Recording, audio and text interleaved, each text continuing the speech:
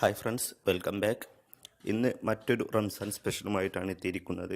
Video ഇഷ്ടമാവുകയാണെങ്കിൽ like ചെയ്യുക, share ചെയ്യുക, സബ്സ്ക്രൈബ് ചെയ്യുക. മൈദ കൊണ്ടുള്ള പൂരിയാണ് ഇന്ന് നമ്മൾ ഉണ്ടാക്കാൻ പോകുന്നത്. ഇതിലേക്ക് ആവശ്യമായിട്ടുള്ള സാധനങ്ങൾ മൈദ, പിന്നെ അതിലേക്ക് കുറച്ച് ഉപ്പ് ചേർക്കണം, പിന്നെ കുറച്ച് മഞ്ഞൾപ്പൊടി. ഇത് മൂന്നുമാണ് നമുക്ക് ആവശ്യമായിട്ടുള്ള സാധനങ്ങൾ.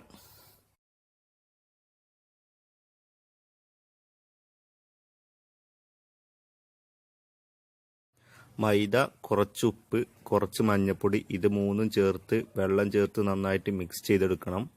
ചൂടുവെള്ളം ഒഴിക്കാൻ പാടില്ല, സാധാരണ വെള്ളം തന്നെ ഒഴിക്കണം. ഇങ്ങനെ വെള്ളം ചേർത്ത് നന്നായിട്ട് മിക്സ് ചെയ്തെടുക്കുക. ഒരു മാവ് ആവുന്നത് വരെ നന്നായിട്ട് മിക്സ് ചെയ്തെടുക്കണം. എന്നിട്ട് ശരിക്കും കുഴച്ചെടുക്കണം.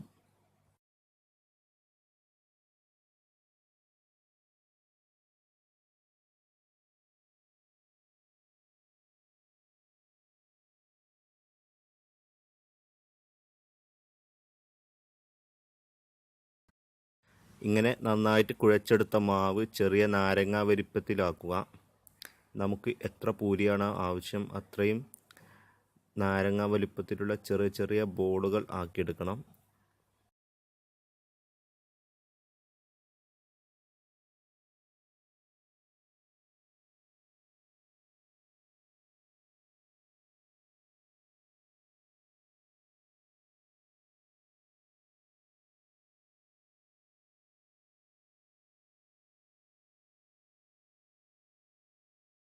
ഇങ്ങനെ നാരങ്ങ വലുപ്പത്തിൽ ആക്കിയിട്ടുള്ള ഈ മാവ് ചപ്പാത്തി പരത്തുന്നത് പോലെ നന്നായിട്ട് പരത്തിയെടുക്കണം.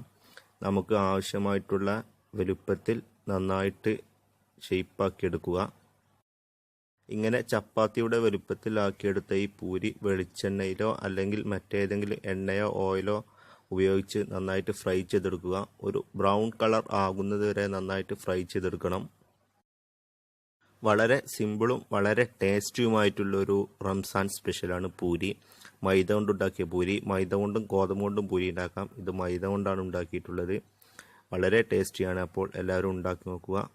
വീഡിയോ ഇഷ്ടമാവുകയാണെങ്കിൽ എല്ലാവരും ലൈക്ക് ചെയ്യണം, ഷെയർ ചെയ്യണം, സബ്സ്ക്രൈബ് ചെയ്യണം.